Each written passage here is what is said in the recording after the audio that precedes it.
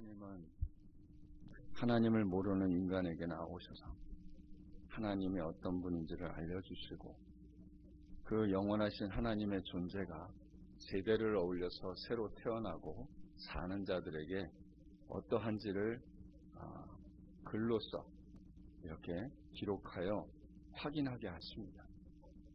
그것이 우리 앞에 있는 이 번역된 성경이고요. 그래서 이 기록된 말씀은 역사 속에서 많은 논쟁과 검토를 통해서 이거는 하나님이 주신 말씀이다 라고 믿음으로 받게 된 것입니다. 우리는 그 믿음의 결과에 동의한 사람들입니다. 그런데 그 하나님이 기록된 말씀만 그냥 끝으로 팔짱 끼고 저 멀리서 그냥 당신 따로 볼일을 보시는 게 아니라 오늘도 지금 이 믿음을 따라 사는 자들에게 필요한 하나님의 말씀이 개별적으로 또 다양한 방법으로 나타나고 있다고 저는 믿습니다. 단 우리의 연약함이 있기 때문에 그것이 과연 하나님의 음성인지를 확인할 길은 오직 성경으로 돌아와서 확인해야 합니다. 이것이 일치가 되지 않으면 그 지금 말씀하신 하나님은 굉장히 위험할 수 있습니다. 오늘날 많은 어려움들이 여기서 발생한다고 저는 봅니다. 그래서 오늘 저는 기록된 말씀과 제게 깨닫고 감동 주신 말씀을 여러분과 함께 나누고자 합니다.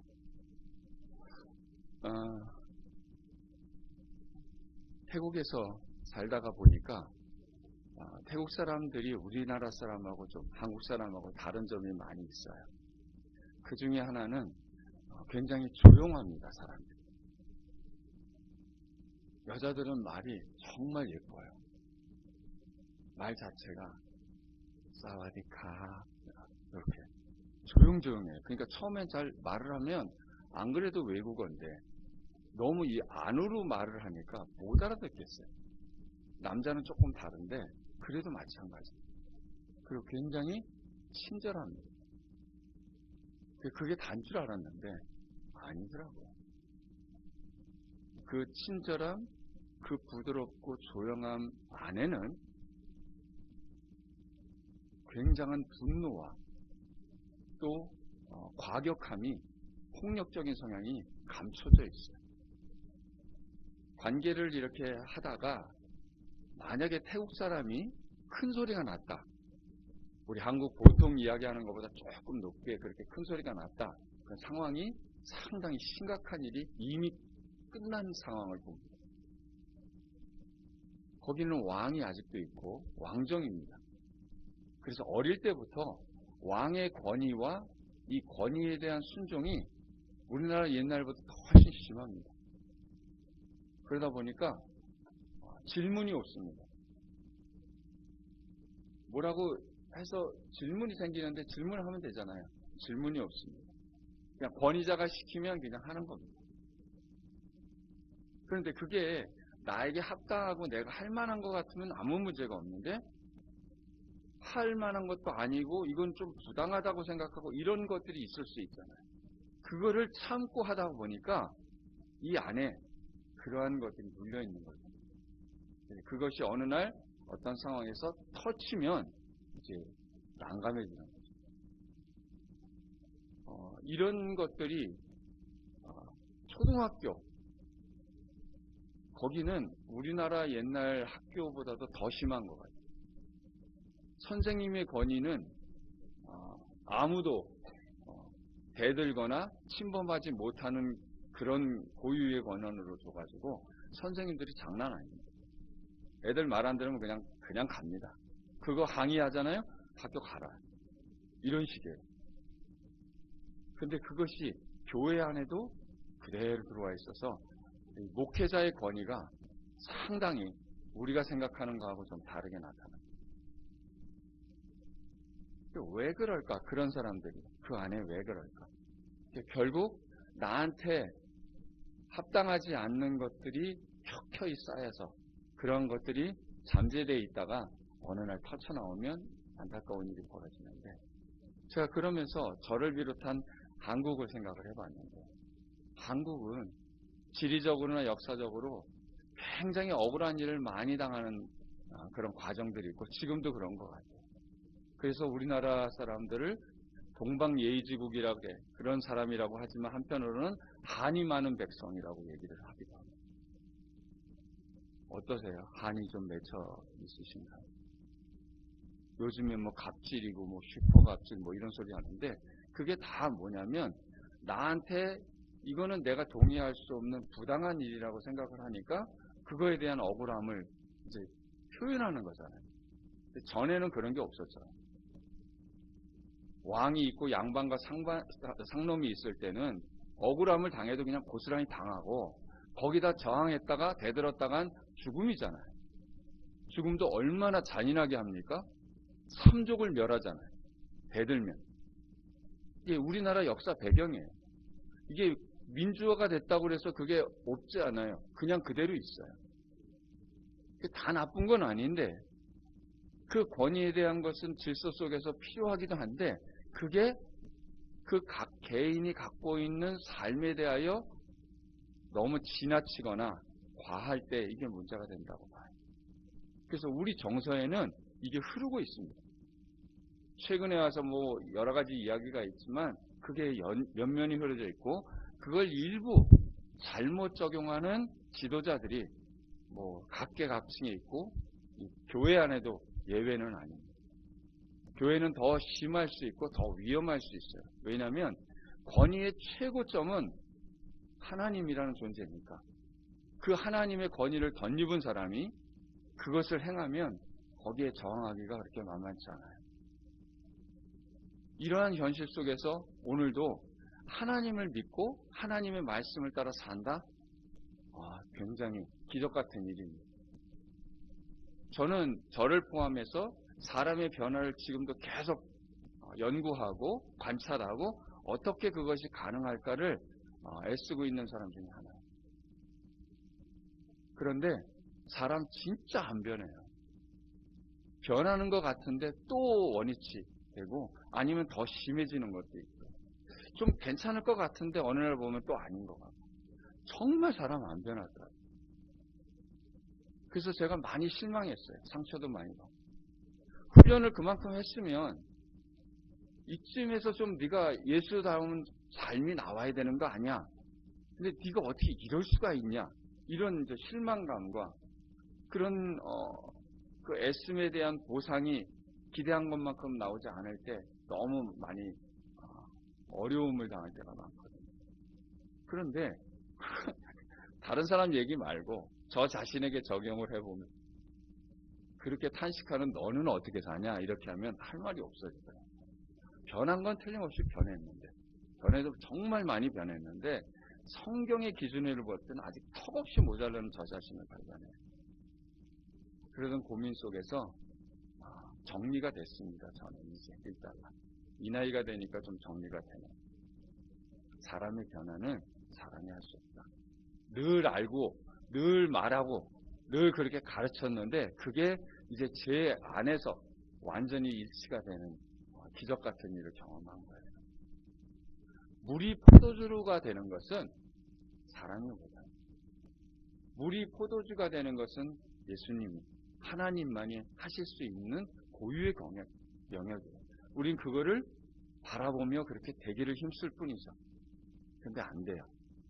아무리 노력해도 안 돼요. 그것은 하나님만이 하시죠. 그럼 나는 아무것도 안 하고 팔짱 낄 거냐? 그게 아니고 예수님이 말씀하셨을 때 저 빈속에다가 물 갖다 채워라. 그럼 물 갖다 채우는 거예요. 성경은 그걸 요한복음 2장에서 단순하게 얘기해요. 가다가 불평을 했는지 물들어 가다가 왜 나만 시키는 거야 뭐 이렇게 한다든지 아니면 나가다가 돌부리에 뭐 걸려서 자빠져서 무릎이 깨졌든지 돌아오다가 물을 쏟았든지 뭐 그거에는 성경은 이야기하지 않아요. 단 그 독에 물이 다 채워졌어요. 그게 이제 종이 하는 일. 그리고 예수님이 이제 떠다가 연회장한테 줘라 그러니까 그거 떠다가 갖다 줬더니 연회장은 그거 먹어보고 어떻게 이런 일이 있느냐. 대개의 경우 처음엔 좋은 거 내놓고 나중에 술이 채면 모르니까 질 나쁜 걸 내놓는데 이 집은 어떻게 거꾸로 이렇게 하느냐. 이 모습에서 예수를 믿고 예수님의 말씀대로 동의하고 가겠습니다라고 한 사람들이 이 세상에서 할 일은 이것으로 이야기될 수 있겠다. 그래서 예수를 믿지 않는 사람이 예수를 믿는 것, 이건 사람이 못하는 겁니다. 이거를 하려고 하면 거기서부터 잘못된 겁니다. 이건 하나님이 하시는 겁니다. 사실은 다 하나님이 하시는 건데 그 역할 일부를 우리 보고 물 떠와라, 물 담아라, 떠다 줘라, 이거를 시키시는 거라고 저는 해석을 하는 거예요. 그러면 각자에게 그 역할이 다 있을 거라고 봅니다. 그 역할을 역사 속에서 한 인물들이 베드로도 있고 야고보도 있고 그 다음에 바울도 있고, 그리고 교회 공동체 안에서 그 형편과 역사 속에서 시간 속에서 해야 될 일들이 각자 다 몫이 있는 거예요. 가나안 혼인잔치에서도 마리아는 엄마이면서도 엉뚱한 질문을 하기도 했고, 그 다음에 종들한테 예수님이 시키는 대로 말을 따라서 순종해라 그 말하고 더 이상 언급이 없듯이 우리 안에는 우리 삶의 상황 속에서 각자의 역할을 하는 게 맞습니다. 그런데 그 역할이 정확하게 가늠이 되고 해나가면 아무 문제가 없는데, 그것이 잘 안 될 때 그 관계 속에 있는 사람에게 뭐가 생기느냐? 억울함이 생깁니다. 당신이 남편이면 남편으로서 내가 최소한 양보하지만 이 역할은 하는 게 당연한 거 아닙니까? 그거 안 할 때 어떡하죠? 그 일을 하도록 계속 요구를 하는 겁니다. 이 방법 저 방법을. 근데 안 해요. 그러면 거기에서 나는 분노가 생깁니다. 더 심하면 저주를 퍼붓게 됐습니다. 그리고 더 심하면 이제 너하고는 못 살겠다, 그만두자, 이렇게도 나오는 겁니다. 부모가 자식을 낳아서 잘 되길 바라고 이런저런 교육과 훈련을 시킵니다. 요구를 합니다. 그리고 내가 정말 생각해서 네가 내 자식으로서 요거는 해야 되는 거야 라고 그 선을 그었을 때 그걸 하면 좋은데 그거를 못할 때 우리 안에는 그거를 만들기 위해 수많은 노력을 합니다. 근데 여전히 반응이 안 될 때 우리는 이 안에 소위 말하면 화가 생깁니다. 그리고 그것을 기준에 오를 때까지 포기하지도 않죠. 이게 우리 삶에서 보편적으로 일어나는 일입니다. 저도 마찬가지입니다. 근데 이것을 못 풀면 병이 생깁니다. 우리가 아픈 거 딴 얘기 없습니다. 다른 여러 요인도 있겠지만 제일 큰 게 이거라고 저는 생각합니다. 근데 문제가 있어요. 우리 얼굴과 삶이 다 다르지 그 기준이 다 달라요. 내가 생각하고 있는 저 사람에 대한 당연한 것, 내가 생각하는 대통령이 해야 될 당연한 것. 요번에 이제 지방선거 있는데 나오시는 분들이 생각할 때 저분이 해야 될 시의원이나 구청장이나 뭐 이런 데서 해야 될 당연한 것, 적어도 법으로 제정된 그 수준의 어떤 몫을 해야 되는 건데 그 당연한 것이 안 될 때 어제처럼 주먹 왼손으로 그냥 단식하고 있는 사람 그냥 턱을 떼알려가지고 그런 일도 생기는 거예요. 다른 얘기는 없고 뭐 공작이든 뭐든 상관없고 그 개인이 갖고 있는 기준 속에서 아닌데 그분은 그거를 실현하는 거예요. 다른 분들은 댓글을 다는 거고 우리 같은 사람은 그냥 보고 있는 거고. 이게 그 차이가 있는 거예요. 그 표현의 방법의 차이가 있겠죠.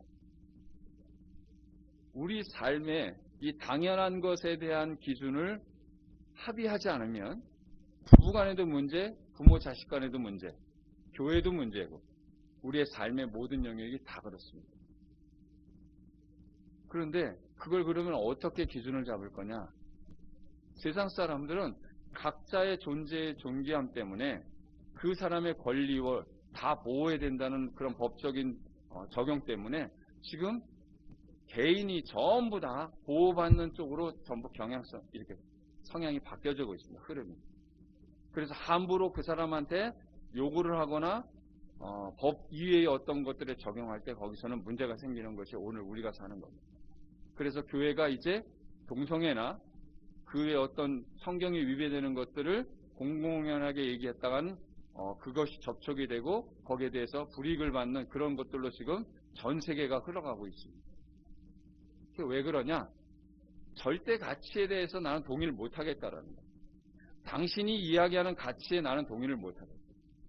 그럼 따로 살아야 되는데 따로 살 수가 없는 한 운명 공동체에 있을 때 거기 문제가 되는 겁니다. 이런 성향 속에서 각자의 삶이 있다가 부부라는 관계로 만나졌을 때 여기서부터 이제 문제가 되고 거기서 낳는 자녀가 새롭게 받아들이는 여러 가지 기준 때문에 부모 자식 간의 문제도 생기고 그 상태에서 교회 공동체가 됐든 어떤 공동체가 됐든 거기에 들어갔을 때 그것 때문에 많은 어려움들이 생기는 것이 오늘 우리의 삶에 조금 더 두드러진 현상이 아닐까 그런 생각을 합니다. 신앙이 뭡니까? 내가 믿는다고 하는 게 뭡니까? 성경은 우리가 믿음으로 봤는데 성경에 대한 태도도 다 다릅니다. 해석도 다르고 적용도 다릅니다. 그래서 교파가 나누는 거고요. 한 성경으로 우리가 한 믿음으로 한 성령으로 한 공동체의 삶을 살자고 동의를 했는데도 불구하고 이 안에 이야기를 꺼내면 저마다 다른 기준을 갖고 있습니다. 왜 그러냐? 아직 여기에 일치, 하나가 되지 않은 겁니다. 성경에 대한 가치를 받아들이고 했고 성경에 대한 방식을 우리가 삶에 적용하기로 동의를 했으면 그걸 하면 되는데 이게 이제 저마다 다른 겁니다. 그럴 때 우리는 어떻게 할 거냐? 성경으로 다시 돌아와서 성경이 이야기하는 것을 받을 거냐 말을 거냐 이대로 우리가 반응하며 살 거냐를 같이 이야기가 돼야 합니다. 강요가 아니고.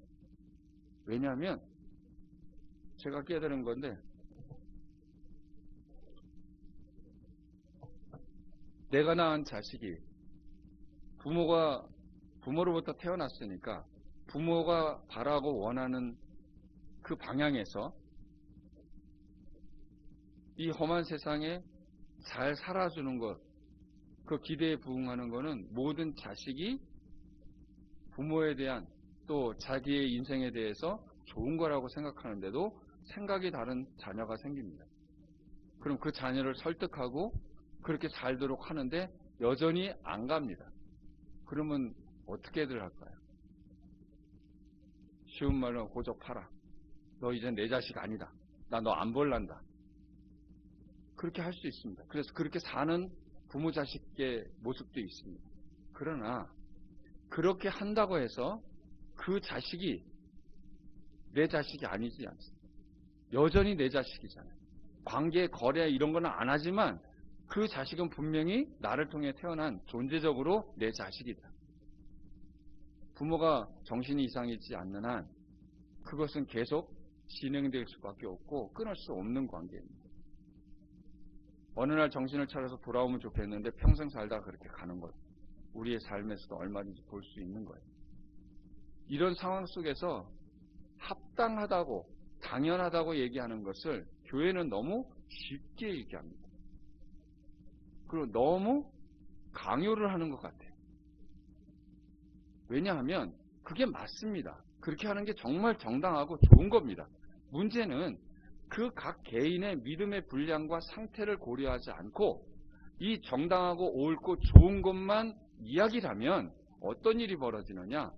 이게 폭력이 됩니다. 내가 그것에 동의하고 할만할 때 그것이 오는 거는 참 좋은데 난 지금 전혀 준비도 안 돼 있고 그것이 할 수 있는 어떤 능력도 없는 사람한테 그걸 하라고 강요하면 마치 지금 휠체어에 앉아있는 사람 보고 걸어라, 뛰어라, 왜 안 움직이느냐라고 강요하는 거 똑같은 모습이라는 거예요. 근데 교회는 너무 이것을 생각하지 않고 배려하지 않고 옳고 좋은 것이기 때문에 그렇게 하라고만 가르치는 경향성이 없지 않아요. 저도 그런 실수를 많이 한 사람 중에 하나입니다. 그래서 오늘 바울이 에베소 교회를 향하여 1장에서부터 하나님의 구원함이 어떤 과정을 통해서 어떻게 이루어졌는지를 쭉 열거를 하고 설명을 해주고 맨 마지막에 이 마지막 때에 이러한 정체성을 갖고 있는 한 사람이 어떻게 살아야 가능한지를, 그리고 자신이 왜 이렇게 사는지를 이렇게 결론으로 지금 정리해 놓은 한 대목입니다. 그러면서 마귀의 계획에는 항상 있고 더 심해질 텐데, 그것을 위해서 이제 로마 군병이 전쟁 나갈 때 어떻게 군장을 꾸리고 나가는지를 그대로 비유해서 구원의 투구를 쓰고 의의 흉배를 붙이고 진리 허리를 띠고 평안의 복음의 신을 신고 방패를 들고 믿음의 방패를 들고 성령의 건 말씀을 들고 이렇게 이제 무장을 한 다음에, 그리고 나서 기도를 하는데 성령 안에서 모든 기도와 간구를 하라고 당부를 하고 있습니다. 기도는 모든 종교에서 하는 겁니다. 어느 종교든지 기도가 없는 종교는 없습니다. 그런데 기독교라는 이게 종교라고 말하기는 좀 그렇고, 이 기독교 신앙 안에서 기도는 특별한 게 성령 안에서 기도하는 것이 전제됩니다.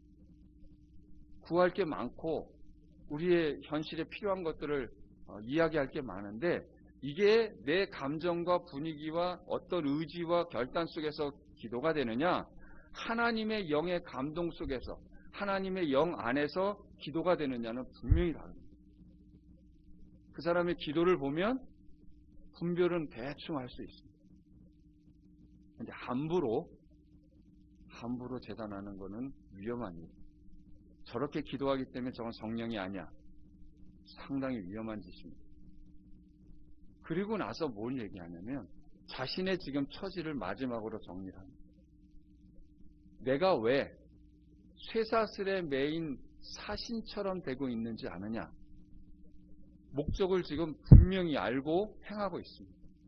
쇠사슬에 매인 사신이라, 이게 굉장히 역설적인 표현입니다. 아니, 사신으로 오면 주한미 대사가 오든지 아니면 북한에서 이번에 김영철 씨가 올 때에 묶여갖고 오든가요. 그 나라를 대표해서 오기 때문에 융숭한 대접받고 오잖아요. 근데 여기는 어떻게 된 게 사슬에 묶여갖고 와요, 지금. 세상 나라에. 우리를 다 사슬로 한번 묶어봤으면 좋겠어요. 어떤 불편함이 있는지. 저 힙합 하는 애들 여기다 이렇게 사슬 그는 거 말고 진짜로 쇠사슬로 한번 묶어서 한번 행동의 자유가 얼마나 부자연스러운지, 옛날처럼 발에다가 쇳덩어리 이렇게 달아가지고 도망 못 가게, 발도 이렇게 넓게 못하게끔 양발 이렇게 족쇄 채워가지고 가는 거 한번 해봤으면 좋겠어요. 그게 얼마나 힘들고 어려운 일이 불편해요. 자신을 그렇게 지금 표현합니다. 내가 왜 이렇게 되도록 이런 것에 이렇게 착고해, 그러니까 쇠사슬에 묶여가지고 사신으로 이렇게 지금 자신을 사신으로 대사로 얘기를 하고 있어요. 그렇게 된 게 뭔 줄 아느냐? 복음을 전하는데 담대히 전할 수 있도록 하기 위한 조치라는 거예요. 그러니까 복음은 우리가 생각하는 것처럼 그렇게 만만하고 호락호락한 게 아닙니다. 이 세상이 믿는 자를 그렇게 대접하는 세상이 아닙니다. 그러니까 자꾸 너무 꽃길만 얘기하는 게 하나님의 축복이라고 하는 이 메시지에 너무 치우치는 건 위험합니다. 이 세상 언제나 그랬습니다. 진정으로 예수를 쫓는 사람들은, 예수의 가치와 방식을 쫓는 사람은요, 그 불이익을 감수하겠다고 하고 가는 겁니다. 성경에 예수님을 따르는 길을 넓은 길이라고 하지 않고 좁고 찾는 자도 별로 없는 길이라고 얘기를 하는데, 우리는 너무 넓고 꽃길만 생각을 합니다. 그리고 이쪽 길을 얘기하면 굉장히 전하는 사람도 힘들고 듣는 사람도 힘든 겁니다. 그러나 성경에서 이야기하고 한결같이 역사 속에서 강조하는 것은 예수님의 영으로 이 세상을 살아갈 때에 사람의 힘으로 할 수 없는 것이 되어지지만, 그 관계 속에서 인생이 받아야 될, 현실에서 누리고 받아야 될 것들은 그렇게 우리가 바라고 원하는 것하고는 반대쪽에 있는 일이 너무 많다라는 거예요. 제가 선교 현장에 가서 살다가 보니까 선교사님도 진짜 척박한 데서 하시는 분들도 있지만 이것이 그렇지 않는 경향성으로 흐르는 게 훨씬 많습니다. 저부터도 제가 사는 환경이나 또 누리고 있는 것이 편하고 좋은 거를 원하지, 그거 불편한 거, 물이 조금 나쁘고 물이 좀 안 나오고 전기불이 좀 자주 나가는 거, 이런 것만 해도 굉장히 불편함을 느끼고, 날씨가 막 40도 50도 되는데 정전돼봐요. 에어컨을 켜야지 삶을 살 정도인데, 손부채질 한번 해보십시오. 그 50도 가까이 되는데 앉아가지고 이게 더워, 여기서 땀나. 그런 불편함이 좋을 리가 없죠. 바울이 한결같이 그 척박한 대우를 받고 힘든 일들, 그런가 하면 많은 사람의 환호를 받고 자신의 메시지와 사역 속에 사람들이 주목받는 것들이 같이 있었습니다. 한쪽만 있었던 게 아니에요. 의도 터지고 뭐 푸대접 받는 것도 있지만, 고생스러운 것도 있지만 그 반대도 분명히 있었습니다. 근데 이 모든 것을 통틀어서 자기가 하나님 앞에 동의하고 결단한 길을 갈 수 있었던 유일한 비결은 자신이 누구인지를 정확하게 알고 있었고, 흔들리지 않는 그 길을 걸을 수 있는 것은 늘 하나님의 은혜, 우리가 얘기하는 성령 안에서 행했기 때문에 가능하다고 저 개인은 해석을 합니다. 그러므로 오늘도 우리가 예수의 영으로, 하나님의 영으로 하나님 말씀을 따라 살려고 하면 하나님이 도와주시지 않고 하나님의 영 안에 없으면 불가능합니다. 인위적으로 우리 이성과 결단, 의지를 가지고 하면 일정 부분 될 수 있습니다. 그러나 곧 지치고 그것 때문에 힘든 일이 생기지 결코 지속될 만큼, 즉 성경에서 이야기하는 그것으로는 결론이 안 됩니다. 제가 수없이 변화를 위해서 지금도 애쓰는데 일정 부분 됩니다. 근데 되는 게 아니에요. 근본적으로 안 돼요. 그러면 그거는 여지 없습니다. 오늘도 예수의 사람들이 공동체를 이루고 믿음으로 산다고 살아요. 근데 옆에서 보면 아닌 것 같은 게 너무 많아요. 그리고 저 자신도 그렇습니다. 이렇게 말씀을 같이 나누지만 바울이 걸어갔던 길, 예수님을 쫓는 그 길, 나는 바울하고 다른 사람입니다.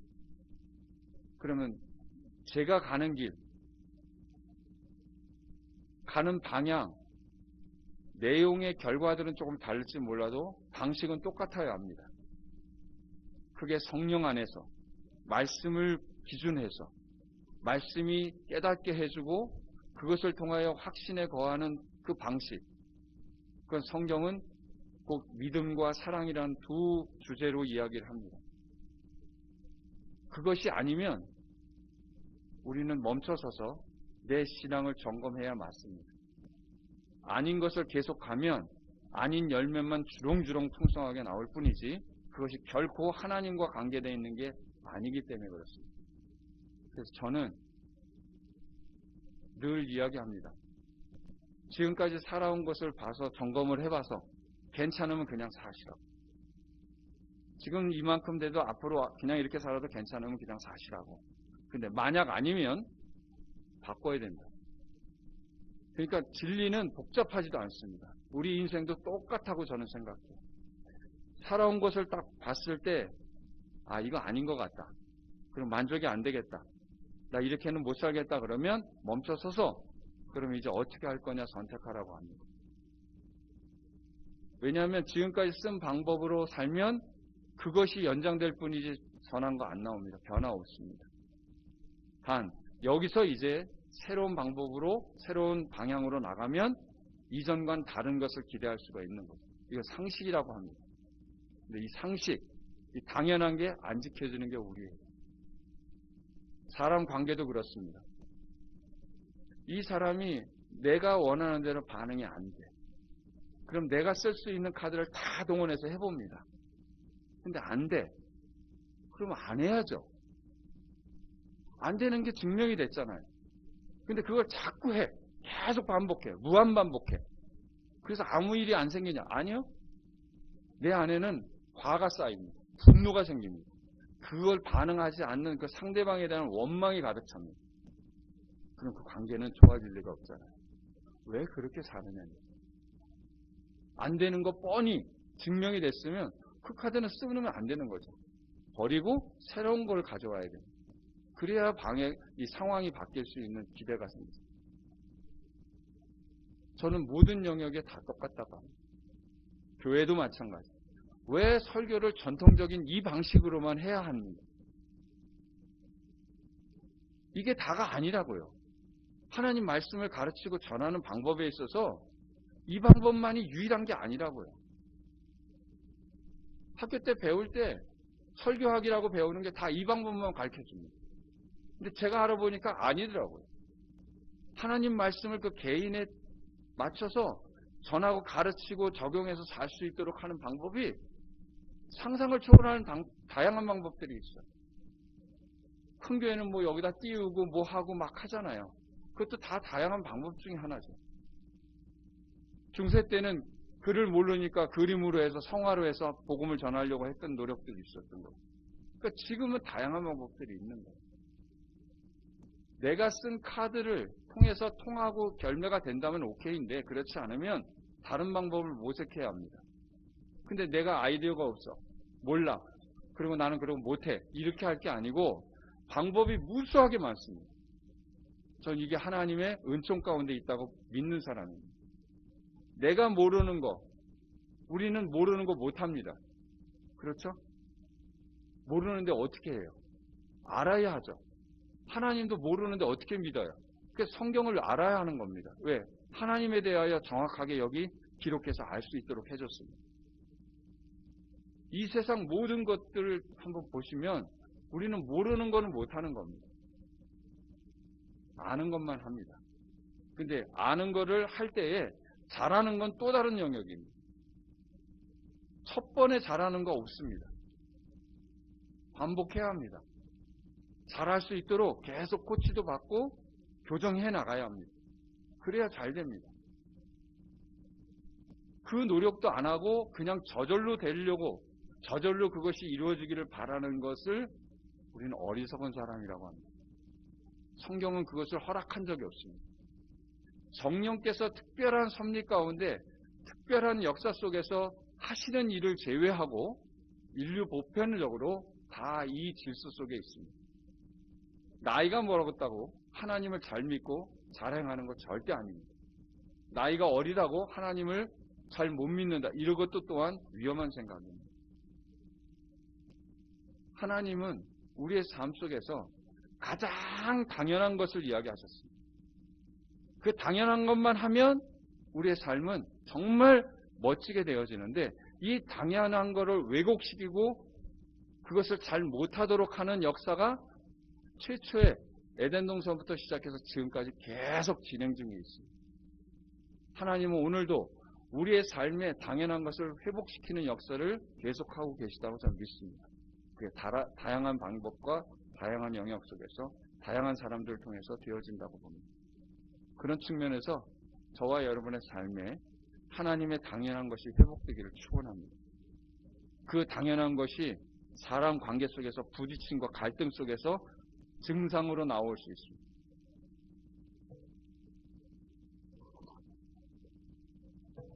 저는 중국에 일정을 하다 갑자기 4살 어린 막내 동생이 소천했다는 소식을 듣고 일정도 접고 지금 와서 지금 한국 일정을 소화하고 있는데요.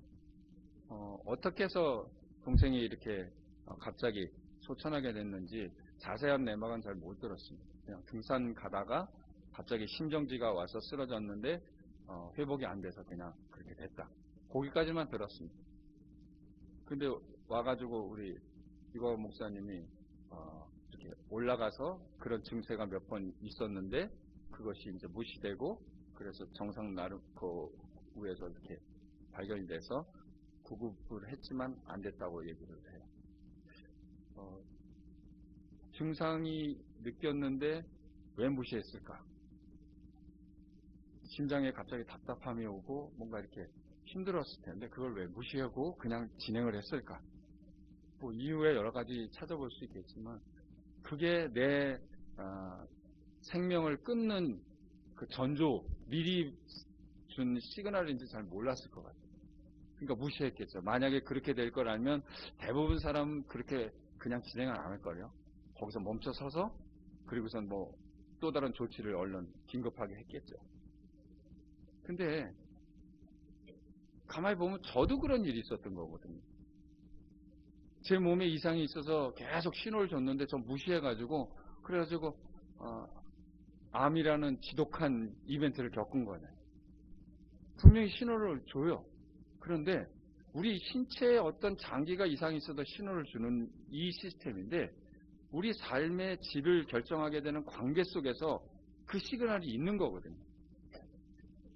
내가 요구한 것이 저기가 안 들어지는 거, 그래서 갈등하고 내 마음이 불편해지는 거, 이거 사실은 그 모든 것들을 가장 이상적으로 하기 위한 바람에 이상 신호인 겁니다. 그것을 어떻게 반응하고 처리할지를 우리는 배운 적이 없어요. 그냥 사는 거죠. 대부분이 다 참고 사는 것으로 그냥 합니다. 아니면 관계를 끊는 걸로 그 일을 멈추게 하는 것이 일반적 보편화되어 있습니다. 자꾸 했는데 안 되면 제일 편한 걸로 안 만나는 겁니다. 연락 안 하는 겁니다. 연락 와도 안 만나는 겁니다. 왜? 만나면 그 일이 재생산되니까 난 싫은 거예요. 우리 삶이 그렇잖아요. 자꾸 속색이고 날 힘들게 하는데 계속 갈 일은 없잖아요.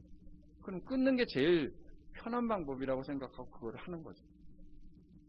많습니다, 그런 거. 그런데 끊을 수 있는 관계는 좋겠는데 끊을 수 없는 관계들이 많잖아요. 이게 고민이에요. 그 중에 하나가 부모 자식 간의 관계고. 교회도 그렇잖아요. 목사 마음 안 들고 그러면 다른 교회 가버리고. 지금 그런 세상이에요. 이런 세상 속에서 하나님의 말씀을 절대 가치로 기준하고 그것에 동의해서 그렇게 살겠다. 대단한 용기와 힘이 없으면 안 되는데 저는 생각을 해요. 그 의지와 결단을 한 거는 참 훌륭하지만 돌아보니까 하나님의 보이지 않는 손으로 그것이 가능하도록 되고 있다. 이렇게 해석을 합니다. 그 사람에 한해서 오늘 말씀이 저는 적용될 수 있다고 봅니다. 꽃길만 기대하지 마시고요. 좁고 협착한 기대라는 것을 놓치지 않았으면 정말 좋겠습니다. 믿는 자가 받아야 될 당연한 것은 풍요롭고 편하고 좋은 것만 있는 게 아니라 그 반대 것도 있다라는 거예요. 불이익을 당하고 억울한 일을 당하고 정말 그것 때문에 내가 힘들고 잠 못 자고 밥맛이 없어서 정말 밥 먹고 싶은데 먹어지지 않는 일이 인간 사회에서 얼마든지 있는데 그게 하나님을 성경대로 믿는 것 때문에 감수해야 된다면 감수하는 것밖에 방법이 없다는 거예요. 결코 유쾌하진 않지만 성경과 기독교 역사는 이것을 계속 이야기하고 있고 제 삶에서도 그것이 발견되기도 합니다. 말씀을 정리할게요.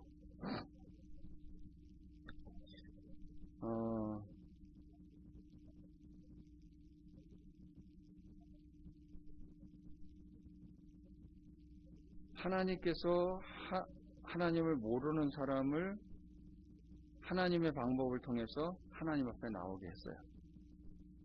그리고 여러 우여곡절을 겪어요. 사람들마다 다 이야기가 있죠. 그 이야기를 하나님을 신앙 고백하는 그 개인이 잘 정리를 하고 그 정리된 이야기를 가지고 다른 사람에게 하나님에 대하여 그 하나님 앞에 선택된 자신의 삶에 대하여 이야기할 수 있는 것 너무 큰 축복이라고 생각합니다. 단 내가 그러니까 너도 그래 야만 해 이것은 위험한 겁니다. 나와 내 앞에 있는 그 어떤 존재도 똑같지가 않기 때문에 그렇습니다. 그 사람의 신앙의 과정 그걸 우리는 존중해 줘야 된다고 생각합니다. 그게 내 자식이 되든 누가 됐든 간에 지금 그 사람이 내가 생각하는 기준 속에서 그렇게 반응이 안 되고 그렇게 안 한다 하더라도 그를 지켜봐주고 그가 그렇게 나보다 더 멋있는 신앙인으로 성장하고 그 자리에 설 때까지 우리는 그것을 포기하지 않는 하나님이 주시는 그 능력으로 그를 배려하고 도와주는 것이 맞다고 생각합니다. 그 개인의 신앙을 함부로 내 기준으로 판단하고 더 나아가서 정죄하고 그것을 지적질하는 것은 그건 굉장히 안타까운 일이라고 생각합니다. 그런 측면에서 우리는 우리에게는 그 능력이 없기에 그것을 참을 만한 어떤 인격적 소양도 안 갖춰 있기에 하나님이 절대적으로 필요합니다. 그리고 하나님은 하나님의 영의 감동으로 말씀에 순종하여 살고자 하는 자에게 그것을 이미 허락하셨다고 믿습니다. 그것을 믿음으로 받고 이제 내가 쓰는 일만 남아있다고 생각합니다. 우린 써본 적이 없어서 그게 어떤 건지도 잘 모르고 쓸 줄도 잘 모르는 안타까움이 있습니다. 연습하셔야 합니다. 신앙과 생활을 일치시켜서 살아가는 연습. 하나님의 말씀을 듣고 묵상하고 깨달은 것을 내 삶에 적용하는 연습. 이것은 저희가 매일의 삶 속에서 해야 될 당연한 일이라고 생각합니다. 그것을 잘하기 위해서 바울은 쇠사슬에 묶이는 일, 감옥에 들어가는 일, 이거를 개의치 않았습니다. 복음을 담대하게 전하기 위해서 내가 이런 형편이 된 거다. 그래서 이 힘들고 불편한 것들을 불평하고 원망하지 않을 수 있는 이 비결, 오늘 우리 개인에게도 얼마든지 적용될 수 있는 부분이라고 생각합니다. 저는 태국에 있는 게 좋습니다. 태국에 사는 게 너무 좋습니다. 아내는 불편합니다. 물부터 안 좋고 날씨가 너무 덥고 근데 저는 거기가 너무 좋습니다. 이 노릇을 어떻게 하면 좋을까요?